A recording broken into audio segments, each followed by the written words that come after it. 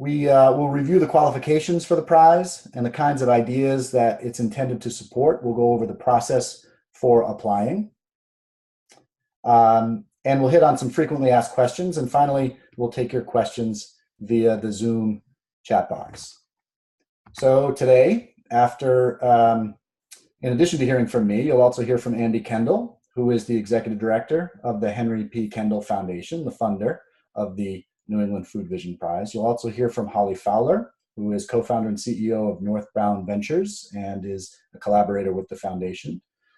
You'll hear from Kalila Booker-Crisano, who will review the process for applying, and she's a program associate at the foundation. And finally, as I mentioned, my name is Sean Adamak. My practice is called Adamak Communications, and I'm very pleased to be working with the foundation on this and other projects. I'm going to remind everyone to please mute yourselves. We will take questions at the end. And before we kick it off, I would like to ask Peter Allison, who's Executive Director of the Farm to Institution New England, our partner in today's webinar, to welcome everyone and say a few words about why we're convening today.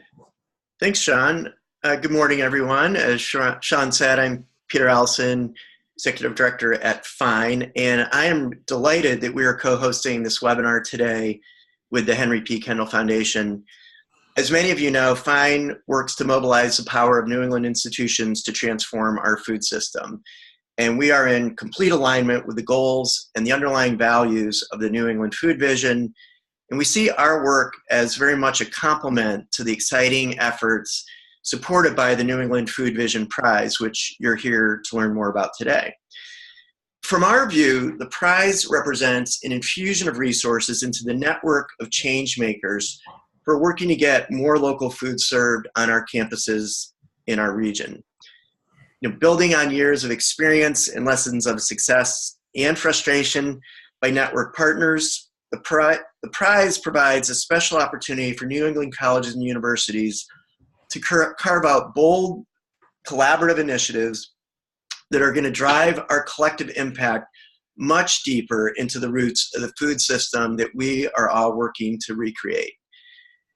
We are eager to see what unfolds, and as always, to lend FINE support to your emerging initiatives however we can.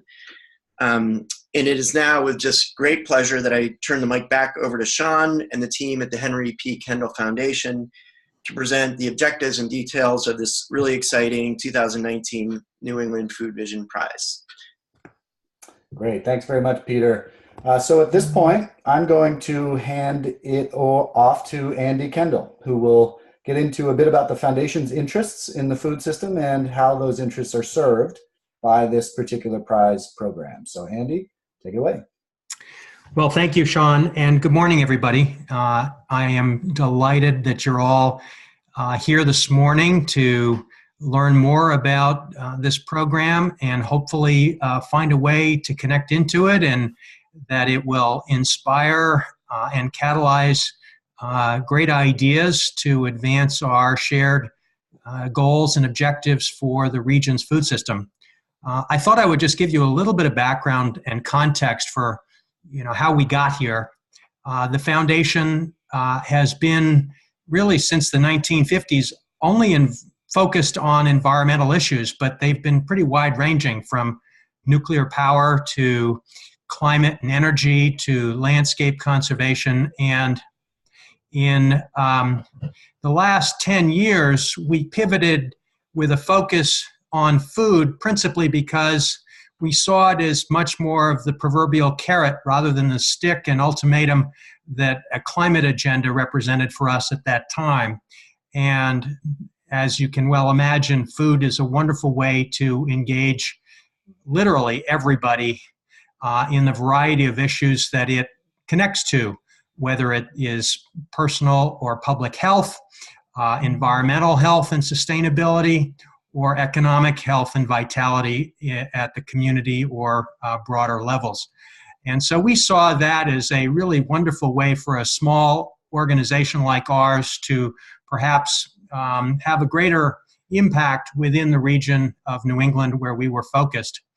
And we began to interact in the region in a variety of different ways in the first several years, but increasingly saw, as Peter indicated just now, the incredible power and capability that institutions played and could play in affecting change. With the thousands and thousands of farms and agricultural enterprises in this region, all looking to be more viable and more involved in this region. But because they were, in many cases, so small, they really didn't have the opportunity to have the kind of clout and impact in the region. But looking at it from the other perspective, the institutions as really aggregated purchasers had just that kind of clout that we were looking for. And we felt that it could achieve our objectives that we had come to focus on, principally inspired by what many of you and us now know is the New England food vision. And that food vision is not something that we created, invented, wrote, but we stumbled upon the people that were asking the very simple question: how much food could New England produce for itself?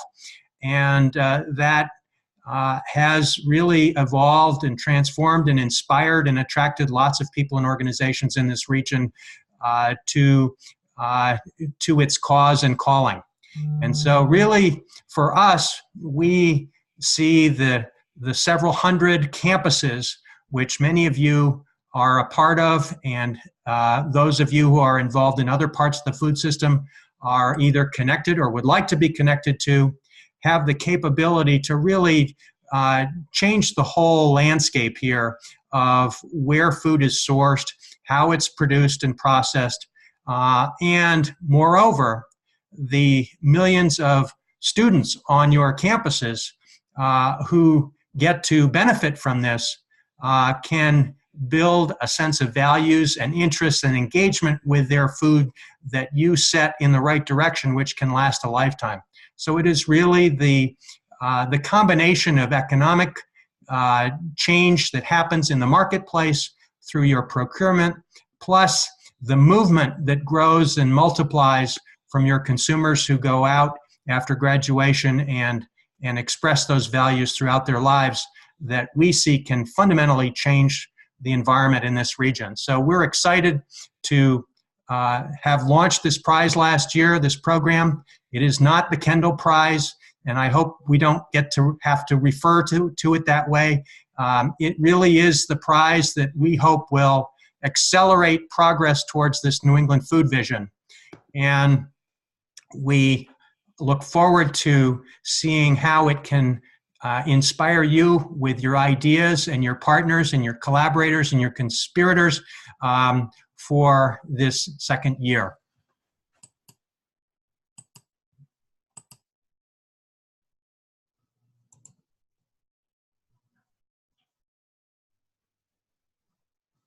All right, Andy, do you want to talk a little bit about the main objectives of the prize program and the purpose?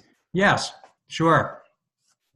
So as I said, our main goal is really to try to align it best with the food vision goal of 50 by 60, and details of that can either be found on our website or on its website itself.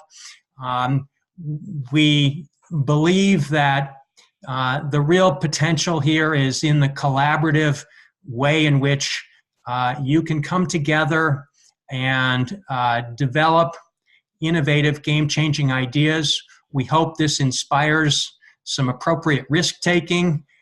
We think that the prize is a nice way to spark innovation and creativity, and hopefully provides the freedom to experiment, and that these good ideas should not be the purview of just you and your team if they succeed. We'd like them to be adopted and replicated across the region. And so we're hoping to create and sustain an open source environment where the sharing of progress can be learned and gained by everybody. And we're excited to see some of the early progress with last year's teams, and hope that you have had a chance to to key into those as well. Certainly, the billions of dollars that campuses spend on food each year is the economic clout that I was referring to, and we hope that that power and potential and clout in the marketplace really can make a difference, both individually and collectively, for the agricultural economy and the growers and processors in the region. And then finally, really building this movement. If 1 million college students are in New England, a quarter of which graduate presumably every year, and many of those stay in this region, it's not hard to think that in 5 or 10 years, you really are fundamentally changing the culture of food in this region through the movement that you're expanding with the consumers that our campuses are engaging with for the time that they have them.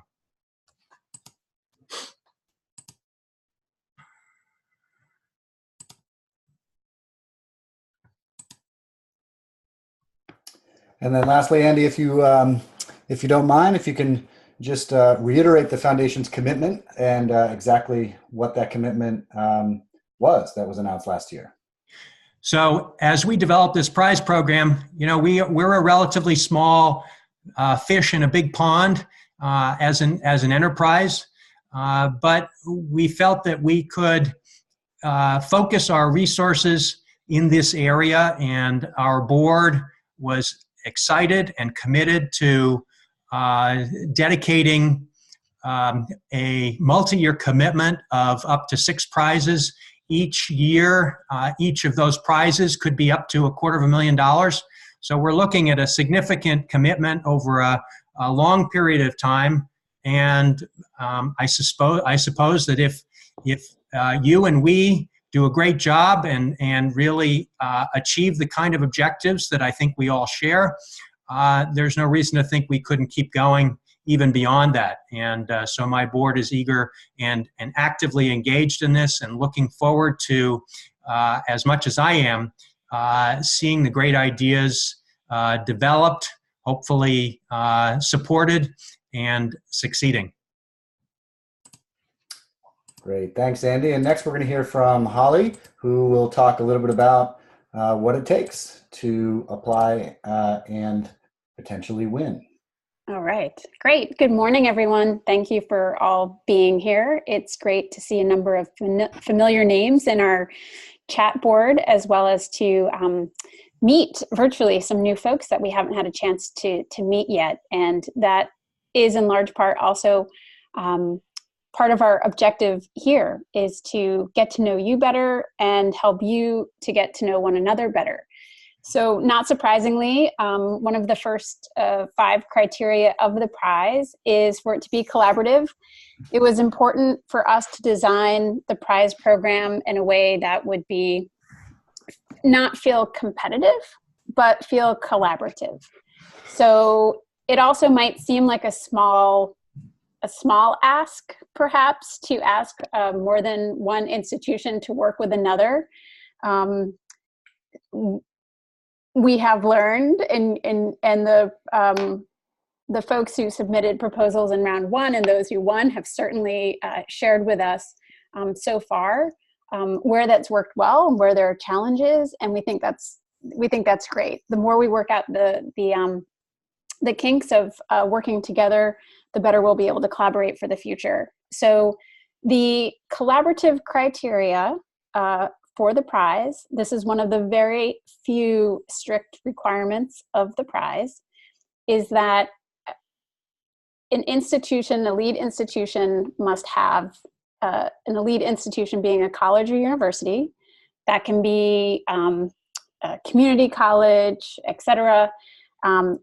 You just have to have at least one other college or university that is located in New England as your partner in your prize proposal. So first, of course, Kalila will get to the stages of the process. So it's just starting with a letter of interest, first of all, but eventually if you're invited to full proposals, you would have that team in the full proposal. That's the only requirement. Beyond that, there is no limit or restriction on the number of partners that you can have. They can be a college or university from outside New England. They can be a K through 12 institution. They can be a healthcare institution. There are some advantages to having corporate and healthcare partners as well in the mix, because they happen to have a more year-round schedule than just colleges and K through 12 schools. So that's something to think about. And they could be community partners. They could be farmers, anyone in your supply chain or value chain surrounding food. On the next slide, I'll talk a little bit more about some of our round one winners, but there's a great diversity of other partners on the team that help to make those ideas and proposals that came to us very compelling. So again, at least 2 colleges and universities located anywhere in New England as lead partners, and then no limitation or restriction on the other number of team partners that can participate. Our second criteria was that it be replicable. We're really looking for ideas that won't just work for 1 or 2 institutions, but could be something that could easily be adopted. You know, in some ways we're hoping to create some new best practices that others can easily adopt. And so with that obviously comes also transparency and a willingness to share for all aspects of a winning idea. But specifically for replicability, we want these types of things to be hopefully transferable or relevant. They don't have to look exactly the same in a different part of New England or at a different institution, but that there are, you know, key elements that are transferable or replicable. The third criteria is sustainability. And so for here, this idea really is we want it to be able to last and endure, not just on, you know, having an environmental lens on it, but that it be financially sustainable, that you have the capacity, that there's a pathway post-award that keeps this idea going, running, operating, thriving. And so that is also something that we'll be looking for. We wouldn't want an idea necessarily where the money is just spent down and there's no plan for how the concept can endure. So we're looking for sustainability. Measurability is important too. Proposals that help us understand what needle you're moving and where it's moving to. This doesn't have to just be about metrics like how much more local sourcing might happen. This can be about engagement with students. It can be about assisting the profitability of farmers. This can be about numbers of, you know, land coming into production or being secured in agricultural production for the near term. This can be about general community engagement. There's many different metrics that can come into this. And so we're hoping that you will kind of give yourself permission to think bigger about what aspects you might be shifting of the food system. And then finally, the last criteria is movement building. And this is where oftentimes some of those additional partners or ways that your proposal is structured come into play that kind of show us what impact is this idea going to have beyond just the campuses or just the partners who are involved. Who else do they touch? So if we think of this as a circle expanding out and out and out, how did the changes that you help bring about with your prize proposal influence the larger regional movement around food systems change and awareness? And so these are the 5 criteria. The only other strict restriction in the equation, which you will hear and maybe read about a number of times, we have it in the frequently asked questions, will be about how much of the prize can go towards overhead administrative costs. I know that we have a number of folks representing their Office of Developments and, you know, grant making and things like that at their campuses. And the only other restriction, in addition to the obligation that you have at least 2 New England colleges and universities in the mix, is that no more than 10% can go towards overhead for administrating the actual award. So that's that. We also will stress that it is a prize, not a grant. So it doesn't quite come with the same obligations as a traditional grant does. And that is very intentional, to borrow the words that Andy used earlier that I really love. An appropriate level of risk-taking is what the prize is really meant to inspire. So Sean, if we go to the next slide, I can share a little bit from the round one winning ideas. And you all have me to thank for the animation here that's a little off kilter. So thanks for bearing with us. We did select 5 winning proposals in 2018. They were whole animals for the whole region, which is led by Smith and its peers in the Pioneer Valley. College Harvest, which is led by RISD. New England Kelp, which is led by Mass Maritime Academy. Farming More Land and Seasonal Extension, which is led by Harvard with BC and Tufts. And Local Fishing and Underutilized Species. And I'm not going to go through each one of these. You can read about them all on the Kendall Foundation website. There's many kind of stories about each one of them, and that's also an area where we continue to update and share.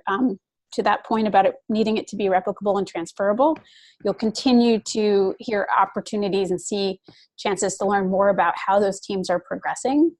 But a few of the interesting things here I want to highlight, and then also I want to remind folks where not to read too much into the the round one prize winners. So some interesting things that are included in here are a significant portion of the prize award going towards other partners and other entities. For instance, whole animals for the whole region, and Farming More Land and Seasonal Extension. Both those projects so far have generated and released requests for proposals to the greater community, to suppliers, specifically to farmers and ranchers, raisers, to submit their own proposals for participating in reaching the goals that have been designed by those projects. So when successful, those value chain partners will receive kind of mini awards from the proposal teams.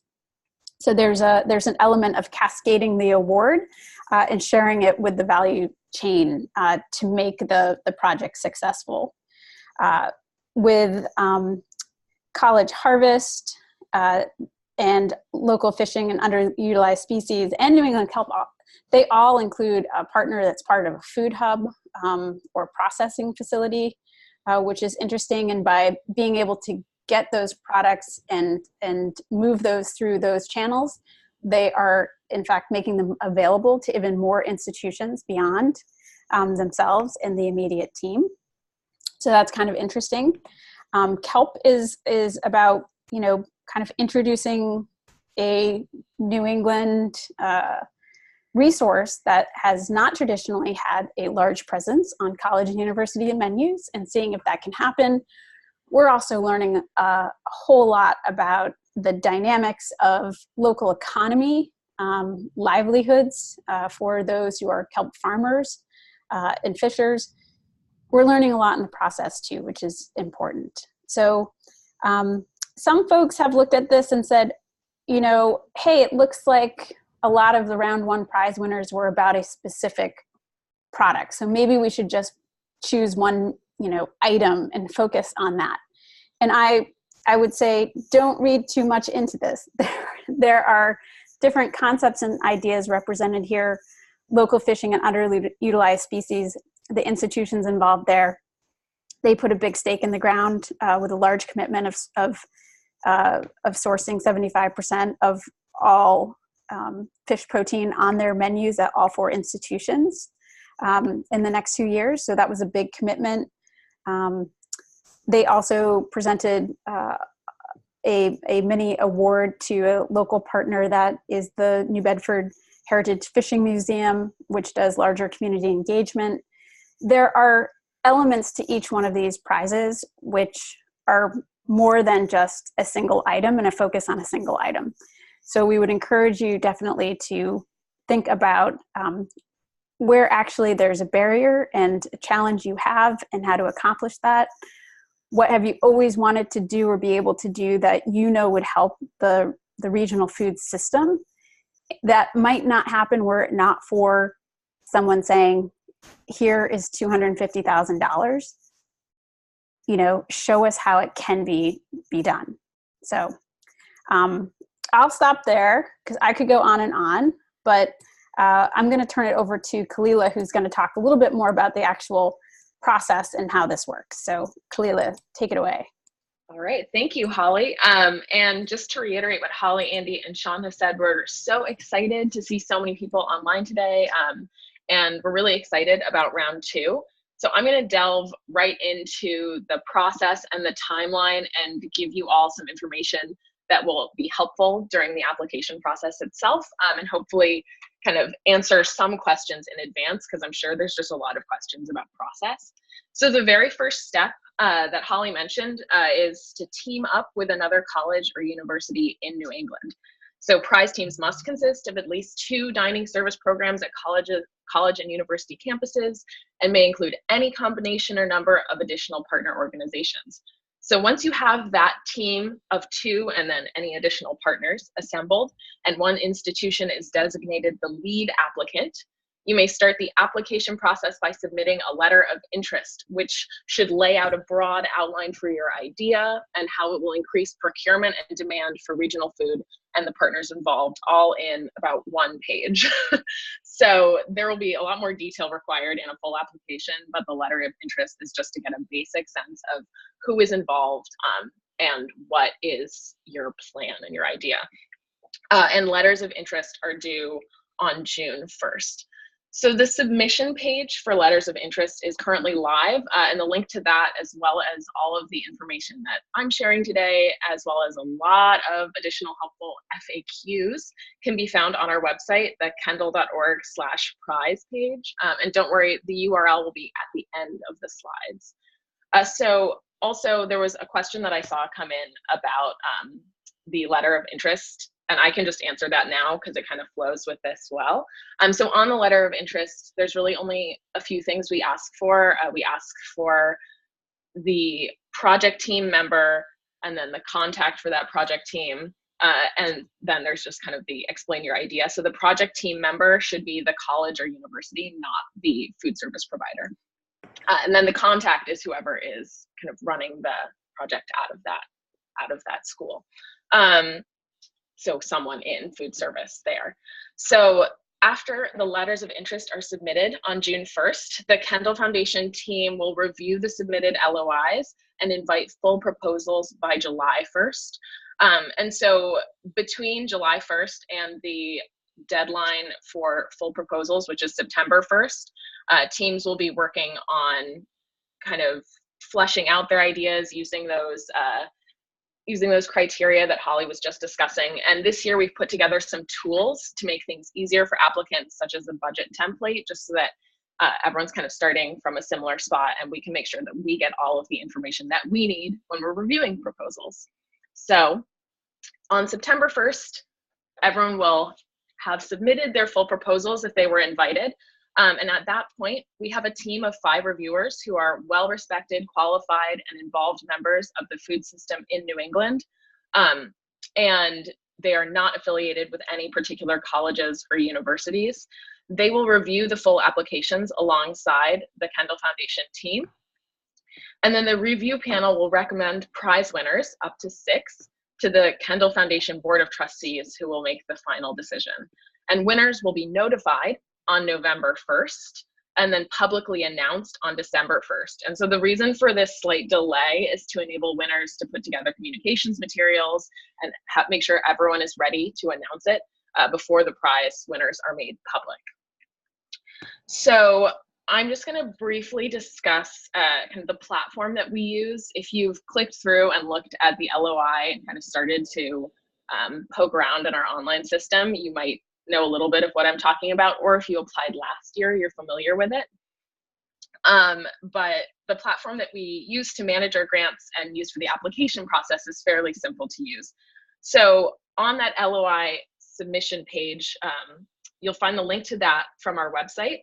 And once you click through, you'll see a button that says log on or create an account to apply.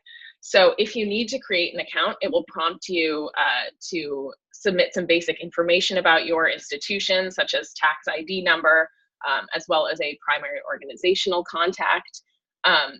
So for that person, it would be the person that a check would be mailed to in the event of a prize being awarded, or someone in the business office or something like that. And then if you have received a grant from the Kendall Foundation in the past, or you submitted an LOI or an application for the New England Food Vision Prize in round 1, then you already have an account. So you're already one step ahead, and you don't need to go through all of the kind of account creation process. When you click log on or create an account to apply, use the same login credentials that you used last year or in the past. And it's really easy to retrieve your password if you've forgotten it. And if you know that your college or university has received a grant in the past, but you personally don't have an account within that organizational profile, just call or email me, as I have to manually set that up. And if at any point in this process you have any questions about the online platform or about the timeline, feel free to call or email me. All of my contact information will be on the last slide. And so everything occurs electronically. So once you've gone through the initial steps to get your account set up, it's very simple and you're all set. And so one additional note is that only one person at each institution needs to create an account. So you don't need to make an account for every person on your team, because you can only access the application from one account anyways, and you can feel free to share that login information, but just so that you're not going through all the steps too many times.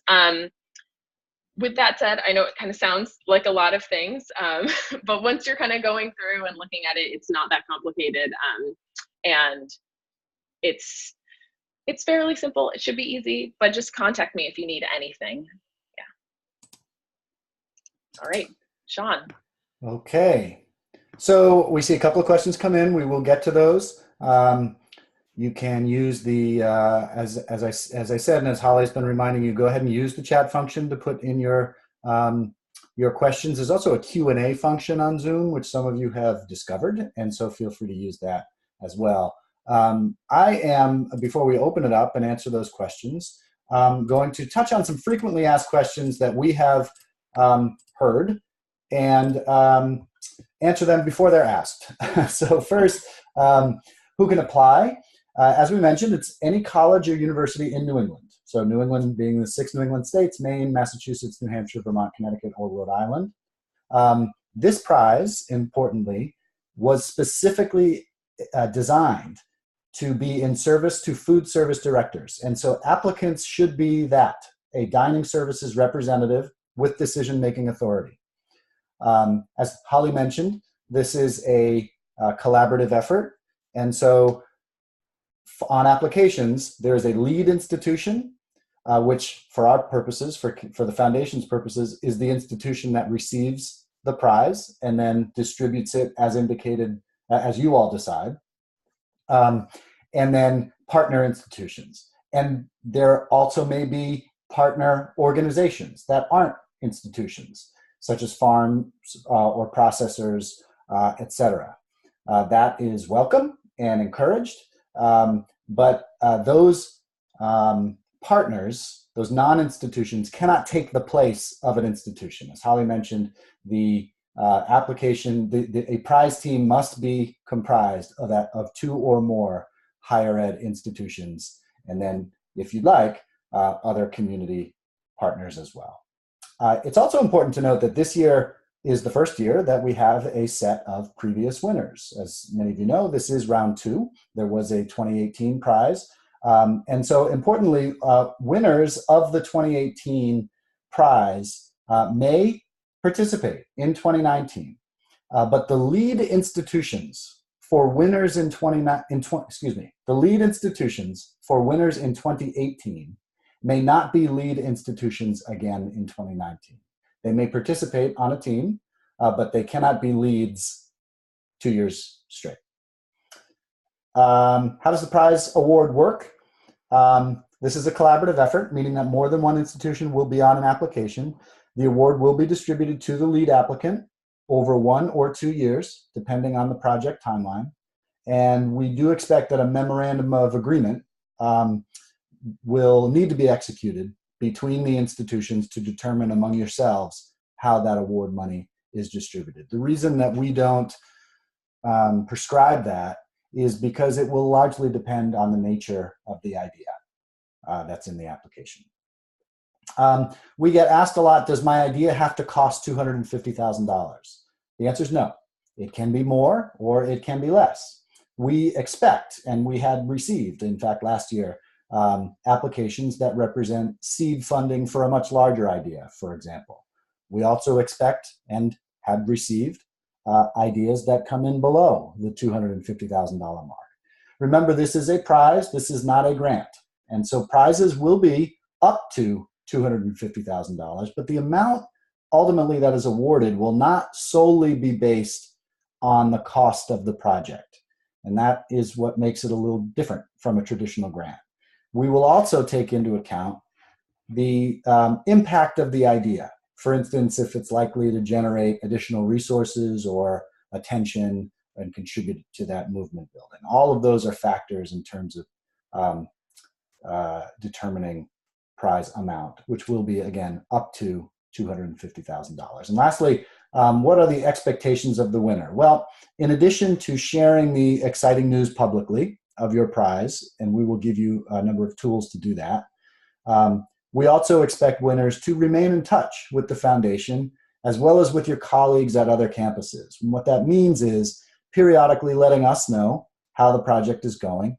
And we hope that you'd also be willing to share these progress notes and any lessons you may be learning with your fellow food service professionals through venues that we may organize in the future, such as webinars, conference calls, or convenings. So I'm going to stop there and shift to your questions. And I know that we have some that have come in. Holly, do you want to, I know that you've been monitoring the chat box. Do you want to facilitate some of that?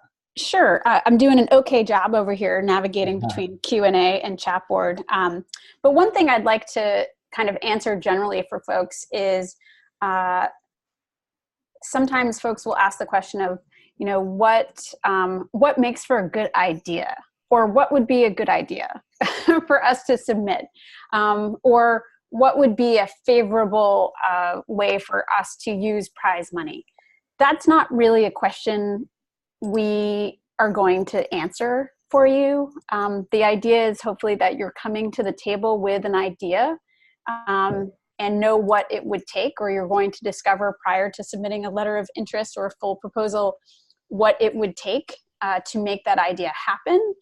So the best way for us to help advise you as teams that are forming is to and this is totally possible. Khalila's email will be available. I know that I've had a number of conversations with folks who are trying to pull something together and have some questions, is to say, how does this specific thing sound? Or, you know, would this specific kind of expense be acceptable?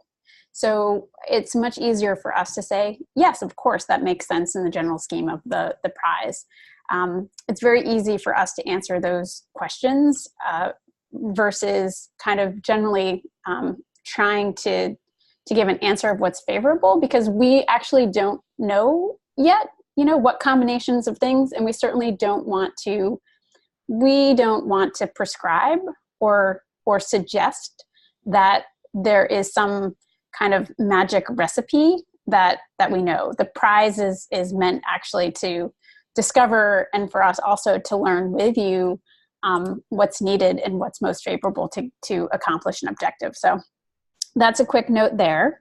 I think that Khalila posted also access to the letter of interest submission page for folks to get a feel for that. Also, on the topic of budgets, I wanted to mention that we received proposals with budgets that varied from 4 lines to 40 lines last year.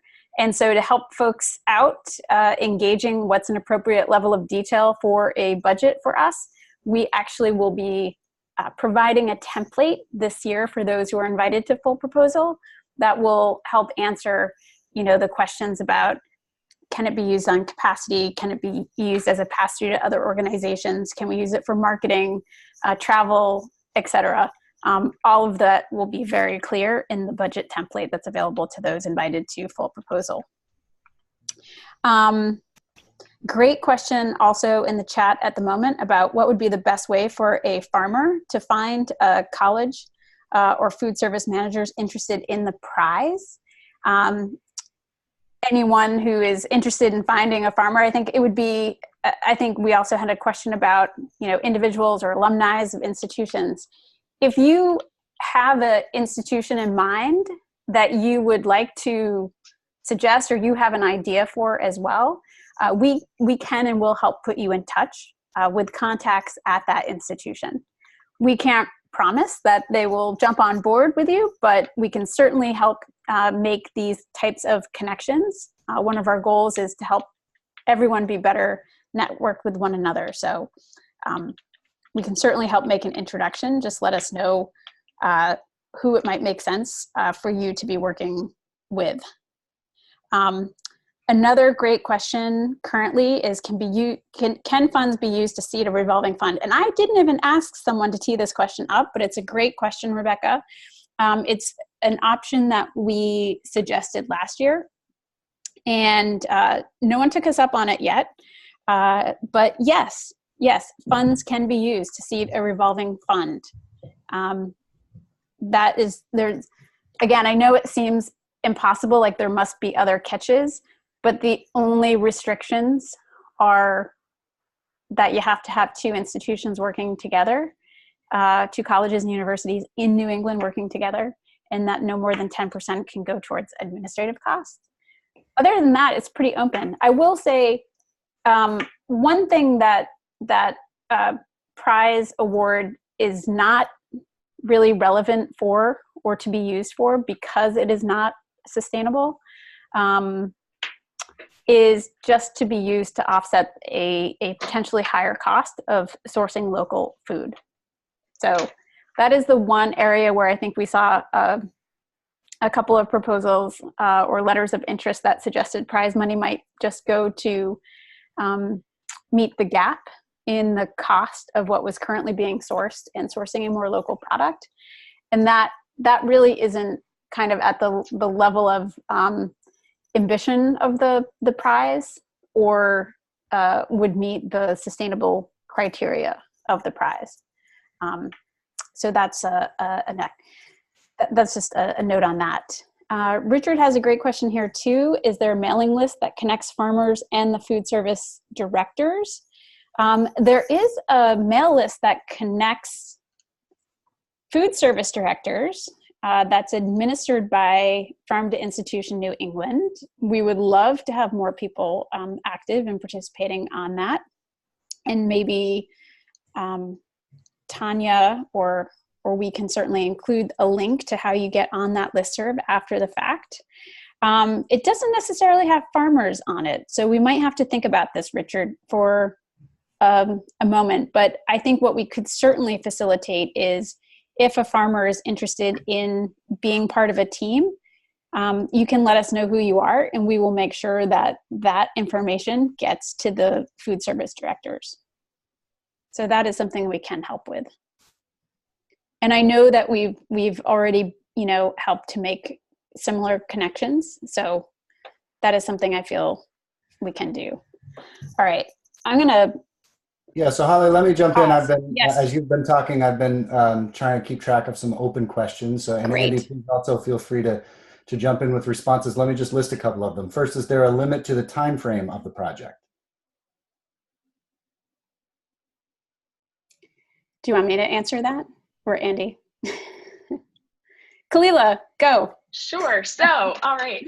So the project is a 2-year project is the time frame that we have. But obviously, as sustainability is one of the criteria, like, it is expected that whatever happens in those 2 years will live on outside of that. But it is the funding request is for 2 years. And so related to that, Kalila, another question here about the fiscal year for the prize. Does it start on December 1st?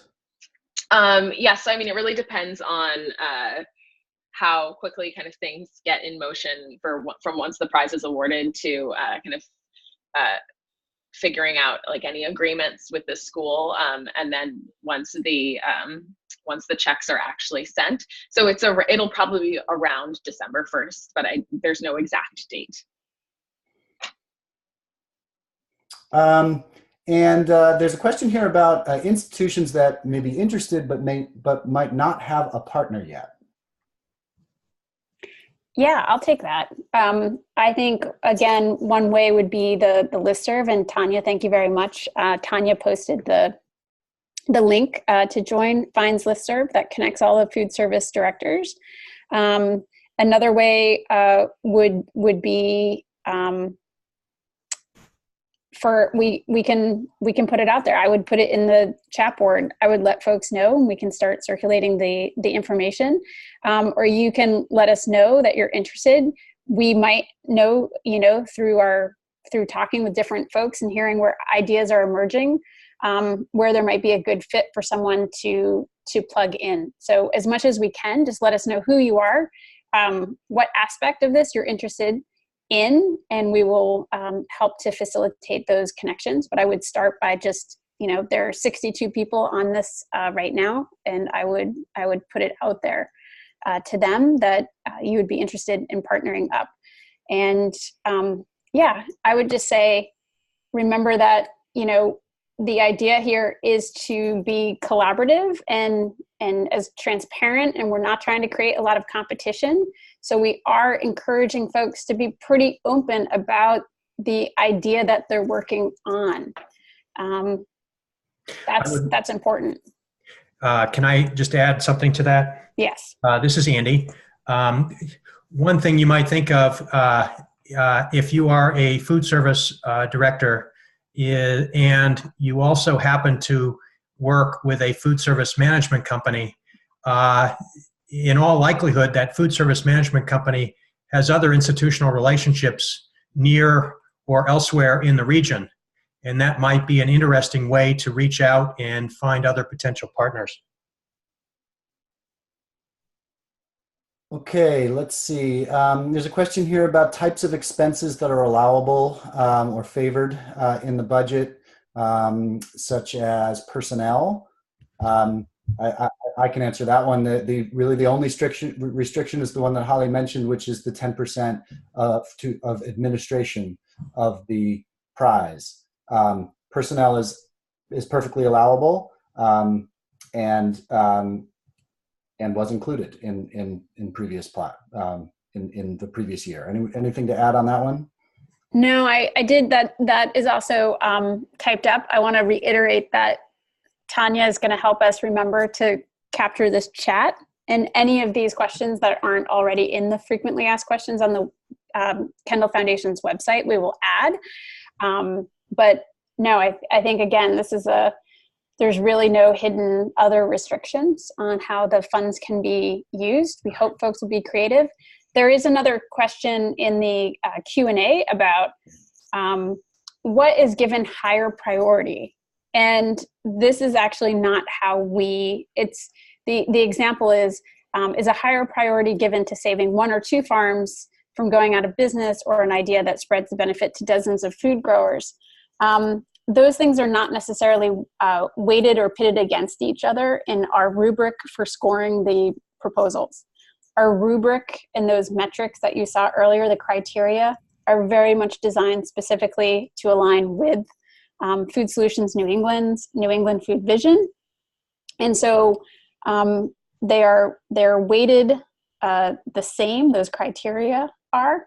And I would encourage folks to proceed with ideas that they see as having benefit, that they know they want to accomplish, and really put things in the perspective of what you think is going to make a difference in the regional food system, not what you think is going to be a better prize proposal.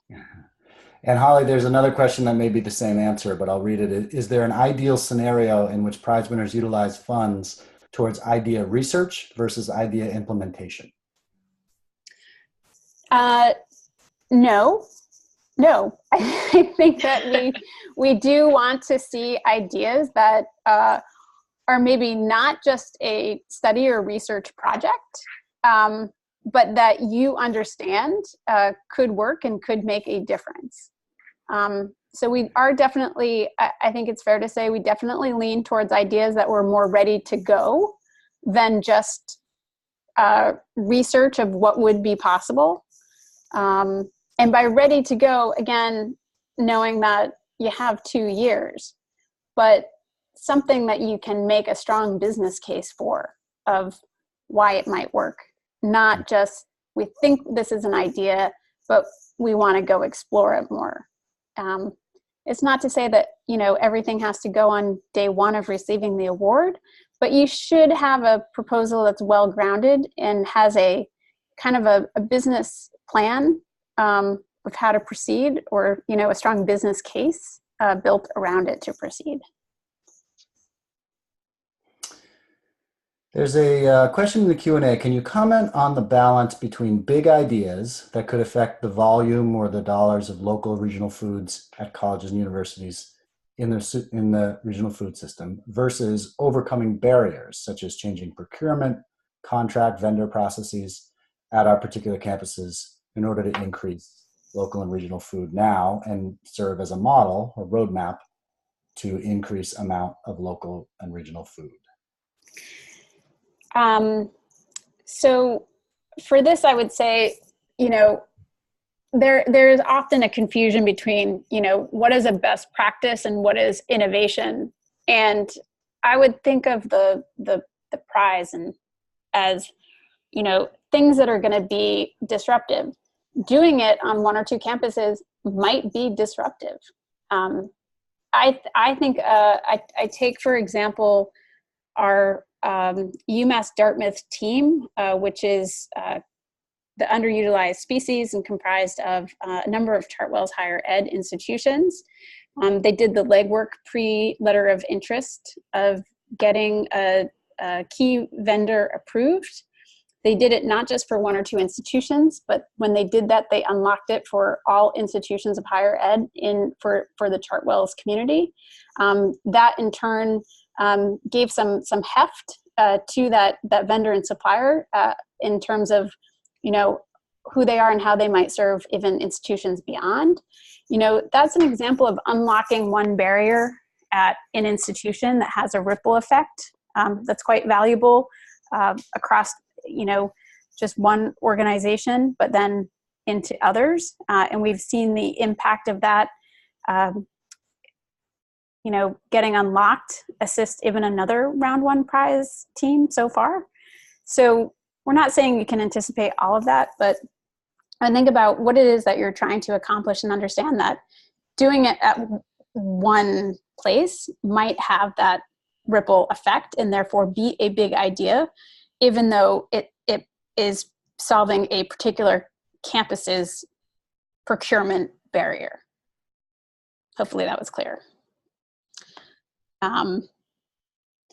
And I also saw, Sean, someone asking again for the listserv for food service partners. And Tanya posted that, but we can also include that in a follow-up when we send around and remind folks. I'm conscious that we're hitting 11 a.m. here shortly.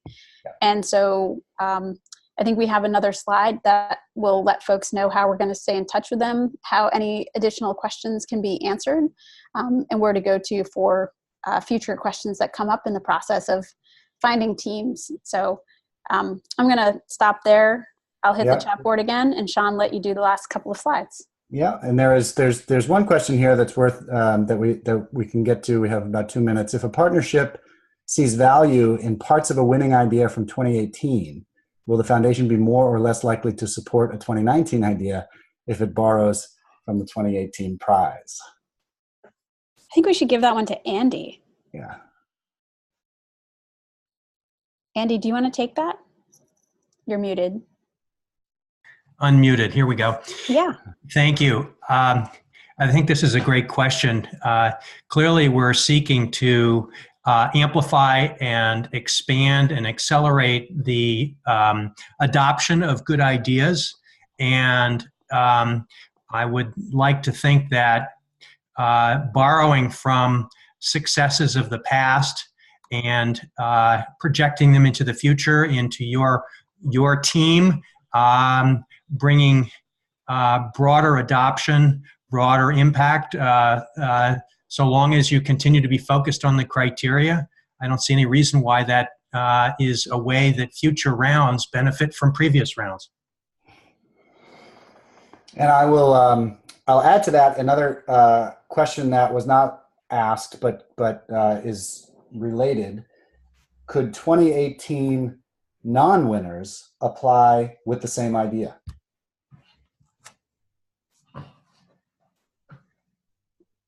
Andy, do you want to touch on that one? The same So idea. Yeah, if a team in 2018 applied but did not win the prize, can they apply essentially with an identical idea in 2019? I don't see any reason why not. If they feel as if they're meeting the criteria and that it continues to be a way to address the kinds of opportunities that Holly highlighted just a few minutes ago, I see no reason why we ought not to continue to see ideas teed up if they have merit. And then lastly, can you be involved in the Farming More Land project and the Food Vision Prize? I'll take that one for us. There is actually an active request for a proposal available now. We can send that to you, Brandon, so you can see that. But that is exactly an opportunity where a chance to get involved. So I'll send that. I'll send that to you. Yep. And I know that there are folks involved in that on this webinar right now, so they can see that as well and take note of it. Great. You're welcome. All right, Sean, you got to wrap us up. All right. Thanks, everybody. We value your time, so we want to end on time. Just with a thank you and a reminder that the recording and answers to any questions we did not get to, I think we got to all of them, but we will double check, go back and make sure that we got to all of them. Any questions that we did not answer, we will answer at the URL on the screen, kendall.org/prize. And any additional questions can be sent to Kalila. Her email is on the screen, and she is very responsive and helpful with anything you may need help on. Thanks again, and we hope to see your great, innovative, bold ideas come in the form of a letter of interest by June 1st. Good luck.